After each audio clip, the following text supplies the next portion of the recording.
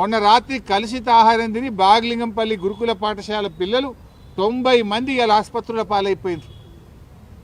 90 మంది పిల్లలు ఆసుపత్రుల పాలైతే ఈ రాష్ట్రంలో ఒక్క మంత్రికి కానీ ఈ ముఖ్యమంత్రికి కనీసం చీమగుట్టినట్లేదు. ఒక్కరు కూడా వచ్చి పరామర్శించింది లేదు ఇప్పటిదాకా. They are busy. ఫుట్బాల్ ఆడడంలో ముఖ్యమంత్రి మంత్రులు బిజీ ఉన్నారు. పిల్లలు దవాఖానల పాలైతే ఈ గవర్నమెంట్కు చీమగుట్టినట్లేదు.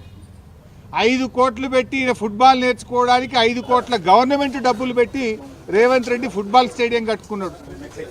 ఆయన ఎవడో మెస్సీ. ఆ మెస్సీ వస్తాడట. మెస్సీతో ఫుట్బాల్ ఆడడానికి ఈ మేస్త్రి ఫుట్బాల్ ఆడడానికి సింగరేణి పైసలు బడా కంపెనీల మీద ఒత్తిడి పెట్టి 100 కోట్ల రూపాయలు ఖర్చు పెట్టి ఈయన ఫుట్బాల్ షోకు తీర్చుకుంటుండు. ఆ 100 కోట్లతోని ఓ మంచి హాస్టల్ కట్టు, పిల్లలకు కడుపు నిండా అన్నం పెట్టు, ఓ స్కూల్ కట్టు. నువ్వు సిఎస్ఆర్ డబ్బులతో, సింగరేణి డబ్బులతో, ప్రభుత్వ డబ్బులతో స్టేడియాలు కట్టుకునేంది, ఈ ఫుట్బాల్ షోకులు తీర్చుకోవడం ఏంది? ఇవాళ అక్కడ కొండాపూర్ హాస్పిటల్లో పిల్లలు ఉన్నారు, అదేదో ఒక ప్రైవేట్ ఆసుపత్రుల్లో పిల్లలు ఉన్నారు, నీలోఫర్లో పిల్లలు ఉన్నారు, కోటి ఆసుపత్రిలో మంచాల మీద పిల్లలు ఉన్నారు. ఇలా హైదరాబాద్ నడిబొడ్డున హైదరాబాద్లోనే ఈ పరిస్థితి ఉంటే జిల్లాలో ఏం పరిస్థితి ఉంది? ఇలా మంత్రులు, ముఖ్యమంత్రి అందరు హైదరాబాద్లో ఉన్నారు. ఈ పిల్లల్ని వచ్చి చూడడానికి మీకు టైం దొరకలేదా? మీకు ఎంతసేపు ఫుట్బాల్ ఆడడానికి నీ షోకులకే టైం సరిపోతలేదు, నీ కబ్జాలకు, నీ కమిషన్లకే నీకు టైం సరిపోతలేదు. పిల్లల్ని ఆడబట్టించుకుంటున్నావు నువ్వు. ఈ రోజు వరకు హైదరాబాద్లో ఆసుపత్రుల్లో పిల్లలు మంచాల మీద ఉంటే ఒక్క మంత్రి కానీ ముఖ్యమంత్రి కానీ వచ్చి పరామర్శించాల్సిన బాధ్యత లేదా? 61 సార్లు ఢిల్లీ వేయండి ముఖ్యమంత్రి. 61 సార్లు ఢిల్లీ పోవడానికి టైం ఉంటుంది, నువ్వు పోయి ఫుట్బాల్ ఆడడానికి నీకు టైం ఉంటుంది. కానీ ఈ పిల్లల్ని పరామర్శించడానికి, ఈ పిల్లలకు ఏం జరిగిందో తెలుసుకోవడానికి రేవంత్ రెడ్డి నీకు టైం లేదా అని నేను అడుగుతా ఉన్నా. ఇవాళ నువ్వు ఈ పిల్లల పాలిట పాయిజన్ 2047గా మారిపోయినావు. పిల్లల పాలిట పాయిజన్ 2047గా మారిపోయినావు. మాటల్లో గతంలో కూడా పోయిన సంవత్సరం కూడా ఇట్లే ఫుడ్ పాయిజన్ అయింది. అప్పుడు బీఆర్ఎస్ పార్టీ, మేము మా పార్టీ ఆధ్వర్యంలో గురుకులాల బాట పట్టినాం, ముఖ్యమంత్రి మీద, ప్రభుత్వం మీద ఒత్తిడి పెంచాం. అప్పుడు రేవంత్ రెడ్డి అప్పుడు మెల్లగా లేచిండు, కుంభకర్ణుడు నిద్ర లేచినట్టు లేచి అప్పుడు ఏమన్నాడు? లేలే ఇక ఇప్పటి నుంచి అంత గ్రీన్ ఛానళ్ళ పైసలు ఇస్తా, కలెక్టర్లు, అడిషనల్ కలెక్టర్లు రోజు హాస్టళ్లలో పోయి పంటరు, ఇక ఎక్కడ జరగది, జరిగితే తోలు తీస్తా అని మాట్లాడిండు. మరి మళ్ళీ ఎందుకు జరుగుతున్నది? నీ గ్రీన్ ఛానల్ ఏమైపోయింది? ఎందుకు మళ్ళీ రోజు ఫుడ్ పాయిజన్ జరుగుతున్నది? ఇప్పుడు తోలు తీయాల్సింది నీదా, అధికారులదా? నువ్వే విద్యాశాఖ మంత్రివి, నువ్వే ముఖ్యమంత్రివి. అట్టర్ ఫ్లాప్ అయిపోయినావు నువ్వు. పోయిన సంవత్సరం ఇట్లే మాట్లాడినావు కదా, మళ్ళీ ఇప్పుడు ఎందుకు జరుగుతుంది అని నేను అడుగుతా ఉన్నా. ఇది ఎట్లుందంటే రేవంత్ రెడ్డి కథ, వెనకటికి కూడా అన్నాడట, తినడానికి తిండి లేదు కానీ మీసాలకు సంపంగి నూనె అన్నాడట. ఇక పిల్లలకి ఇంత అన్నం పెట్టే తెలివి లేదు రేవంత్ రెడ్డికి. ఇక నేను 3 ట్రిలియన్ ఎకానమీ చేస్తా, నేను 2047 విజను, నేను ఫ్యూచర్ సిటీ కడతా. నీ సిటీ ఏందో నువ్వేందో, ముందు పిల్లలకి ఇంత కడుపు నిండి అన్నం పెట్టు. అరే పిల్లలు పోయి ఒక దిక్కు పోలీస్ స్టేషన్లో కంప్లైంట్ ఇస్తే సిగ్గుండాలి. నీ మీదనే కంప్లైంట్ ఇచ్చేది కదా, నువ్వే విద్యాశాఖ మంత్రివి, నువ్వే ముఖ్యమంత్రివి. ఈ పురుగులన్నం మాకొద్దని పోలీస్ స్టేషన్లో పిల్లలు పోయి ధర్నా చేస్తూ నువ్వు కేసు పెట్టుమని ముఖ్యమంత్రి మీద. ఆడ పాపం షామీర్పేట గురుకులానికి మా బీఆర్ఎస్వి పిల్లలు పోతే వాళ్ళు ఏం చెప్తున్నారు? బాత్రూములు కడిగేటువంటి బ్రష్లతోని బౌగోన్లు కడుగుతుండట. ఏం కావాలి ఆ పిల్లల పరిస్థితి? ఇంత దారుణంగా ఉంటుందా పిల్లల పరిస్థితి? 2 ఏళ్ళైంది నీ గవర్నమెంట్ వచ్చి, 2 ఏళ్ళైనా పిల్లలకి ఇంత అన్నం పెట్టలేవా రేవంత్ రెడ్డి? ఏదో కొత్తగా వచ్చినా ఏడాది తప్పించుకున్నావు. నిన్ననే 2 ఏళ్ల పాలనను సంబరాలు చేసుకున్నావు కదా, తెగ సంబరాలు చేసినావు కదా. కోట్ల రూపాయలు గవర్నమెంట్ సొమ్ములు ఖర్చు పెట్టి, 100 కోట్లతో అడ్వర్టైజ్మెంట్లు పెట్టి, పేపర్లల్లో, టీవీలల్లో, హోర్డింగ్లల్లో, దేశం మొత్తం, రాష్ట్రం ఏడ చూసినా నీ బొమ్మలు పెట్టుకున్నావు. నీ బొమ్మలు మస్తుగా చూసినాం కనుక పిల్లలకి ఇంత అన్నం పెట్టు. అన్నం పెట్టే చేతనైతే లేదు నీకు. ఇవాళ రేవంత్ రెడ్డి గారు ఎందుకో ఏమో నాకు అర్థం కాదు, పేద పిల్లల మీద పగబట్టిండి రేవంత్ రెడ్డి. ఆ పేద పిల్లలకు కనీసం, ఇందాక పిల్లలు చెప్తున్నారు సార్, పొద్దుగాల చలికాలం ఆడపిల్లలు వాళ్ళు ఆ సన్నీళ్ళతో స్నానం చేయలేకపోతున్నాం సార్, ఒక గీజర్ పెట్టింది సార్ అని ఆ పిల్లలు బతిలాడుతున్నారు. అరే నువ్వు ఫుట్బాల్ ఆడడానికి 5 కోట్లతో స్టేడియం కట్టుకుంటావు, 100 కోట్లతో ఆ మెస్సీని తెచ్చుకొని ఫుట్బాల్ ఆడతావు. కనీసం మరి ఈ పిల్లలకి ఇంత వేడి నీళ్ళు వచ్చేటట్టు ఓ హీటర్ పెడితేంది, చలికాలం ఓ దుప్పట్లో బ్లాంకెట్లో షటర్లో ఇవ్వచ్చు కదా. ఇప్పటిదాకా ఎస్సీ ఎస్టీ బీసీ హాస్టళ్లలో బ్లాంకెట్లు రాలేదు, దుప్పట్లు రాలేదు. ఆడపిల్లలకు కూడా చన్నీళ్లతో చలికాలంలో 5 డిగ్రీ సెంటీగ్రేడ్లో ఇవాళ చలికాలం గిజగిజ వణికిపోతూ చన్నీళ్ళ స్నానం చేస్తున్నారు పిల్లలు. ఎందుకు పట్టించుకోవట్లేదు అని అడుగుతా ఉన్నా. ఈ పేద పిల్లలంటే నీకెందుకు చిన్న చూపు అని నేను అడుగుతా ఉన్నా.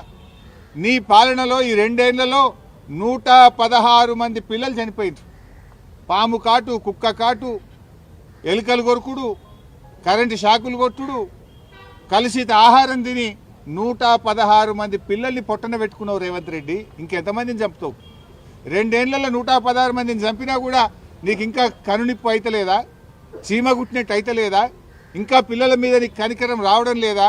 ఇప్పుడు ఒక తల్లి చెప్పింది నాకు లోపల, అమ్మ పేరు ముస్లిం అమ్మ, కేసీఆర్ సాబ్ ఉండంగా ఇట్లా ఎప్పుడు కాలేదు సార్, ఆయన మా కోసం ఈ స్కూళ్ళు పెడితే మేము నమ్మి ఇలా జాయిన్ చేసినాం సార్, ఈ రేవంత్ రెడ్డి వచ్చినాక గిట్ల అవుతుంది అని ఒక తల్లి, ఒక అమ్మాయి తల్లి నాకు చెప్పుకుంటూ కేసీఆర్ని యాద్ చేసుకున్నది. ఆ రేవంత్ రెడ్డిని గట్టిగా అడుగుండ్రి సారు అని నాకు చెప్పింది. ఒక తల్లి చెప్పింది నాకు ఈరోజు. ఇంత దుర్మార్గంగా నీ పాలన ఉన్నది ఈరోజు. ఇవాళ నీది ఎంతసేపు కమిషన్ల గొప్పలే. నీది విద్యా కమిషన్ అని వేసినావు. ఓ విద్యా కమిషన్ పీక్తుంది పొడుస్తుంది, ఇక నేను మొత్తం మారుస్తాను.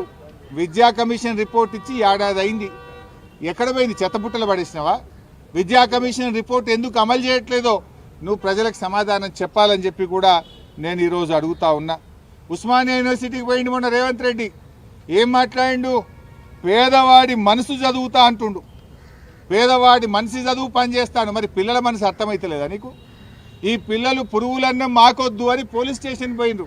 పురుగులన్నం మాకొద్దు అని జాతీయ రహదారి మీద రోడ్డు మీద కూర్చొని ధర్నాలు చేస్తున్నారు. పురుగులన్నం తిని ఆసుపత్రుల పాలైతే ఈ పిల్లల మనసు నీకు చదువుతలేవా? నువ్వు కనబడతలేదా? నీకు వినబడతలేదా రేవంత్ రెడ్డి అని అడుగుతున్నా. డైలాగులు కొట్టుడు కాదు, చేతనైతే పని చేసి చూపి. ఆయన రాహుల్ గాంధీ ఉన్నాడు, అప్పుడు వచ్చిండు, ఇక మేము ఉద్ధరిస్తామని ఆటోలో కూర్చొని తిరిగిండు. ఆటోలలో అందరు కాంగ్రెస్ పార్టీ కోటేయండి అన్నాడు. అశోక్ నగర్కి పోయి మీ పిల్లలంతా ఉద్యోగాలు ఇవ్వండి, మీకు నౌకర్లు ఇస్తా అని మాట్లాడిండు. ఇక మస్తు మాట్లాడిండు. 6 గ్యారంటీలకు నాది జిమ్మేదారు అన్నాడు. ఇవాళ ఎటు పోయిండు ఆయన రాహుల్ గాంధీ? ఇవాళ ఈ రాష్ట్రంలో దాదాపు 200-300 మంది రైతులు చనిపోతే రాహుల్ గాంధీ రాడు. ఈ రాష్ట్రంలో 160 మంది ఆటో డ్రైవర్లు చనిపోతే రాహుల్ గాంధీ రాడు. 116 మంది విద్యార్థులు చనిపోతే రాహుల్ గాంధీ రాడు.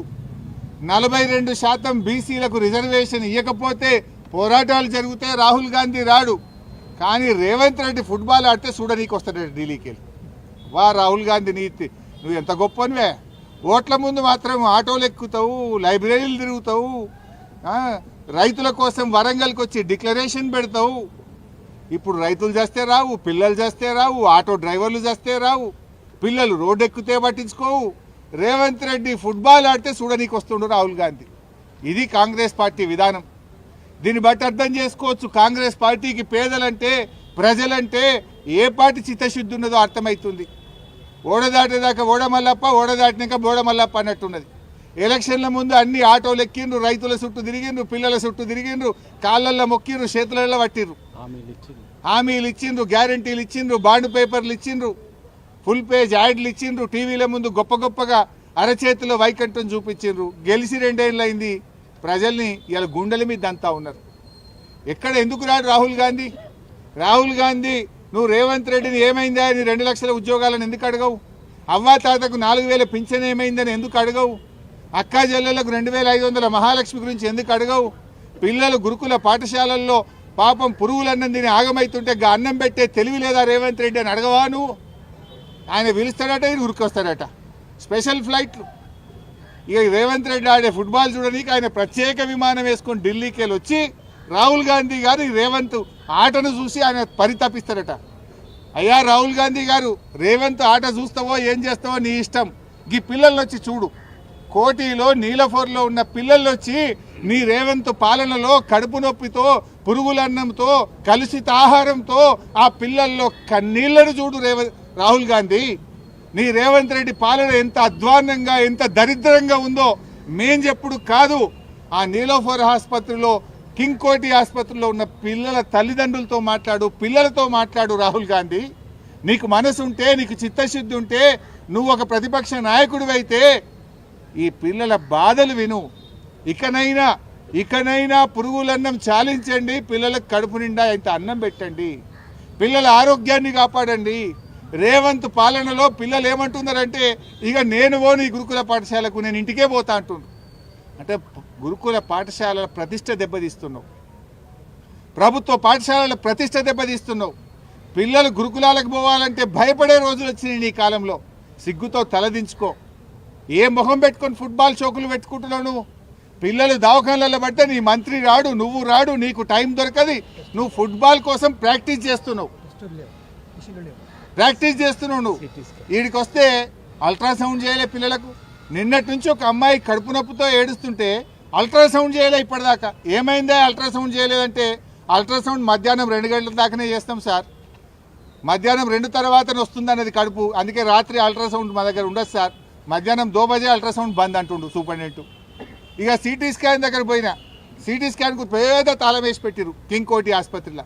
ఆనాడు వైద్య ఆరోగ్య శాఖ మంత్రిగా కేసీఆర్ గారు ముఖ్యమంత్రిగా వారి డైరెక్షన్లో నేను ఇక్కడ సిటీ స్కాన్ పెట్టించిన. పరిస్థితి ఏంటంటే, మేము పెట్టిన సిటీ స్కాన్ నడపశాతం అయితే గవర్నమెంట్కు. 6 నెలలు అయిందట తాళం వేసి సిటీ స్కాన్కు. ఏమైందా సూపరింటెండెంట్ గారు అంటే, టెక్నీషియన్ లీవ్ పెట్టిపోయింది సార్, టెక్నీషియన్ పోతే ఇంకో టెక్నీషియన్ తెచ్చుకోవా? 6 నెలలకెళ్ళి సిటీ స్కాన్ పనిచేయకపోతే పేదల పరిస్థితి ఏంది? పేదలు ప్రైవేట్లో పోయి సిటీ స్కాన్ చేయాలంటే 4,000 5,000 ఖర్చు అయింది కదా. 6 నెలలకెళ్ళి సిటీ స్కాన్ రూమ్కు తాళమేసి పెట్టిందంటే ఈ పాలన ఎట్లా ఉందో మనం అర్థం చేసుకోవచ్చు. సో ఏది ఏమైనా ఇప్పటికైనా ప్రభుత్వాన్ని, రాహుల్ గాంధీని కోరుతున్నాం. రాహుల్ గాంధీ ఫుట్బాల్ చూసుడు కాదు, ఈ పిల్లల్ని చూడొచ్చి కోటిలో నీలఫోర్లో ఉన్న పిల్లల కడుపు నొప్పితో బాధపడుతున్న పిల్లల్ని చూడు, కనికరం చూపు. రేవంత్ రెడ్డికి డైరెక్షన్ ఇచ్చి ఇలాంటి పునరావృతం కాకుండా చేయాలని చెప్పి డిమాండ్ చేస్తున్నాం.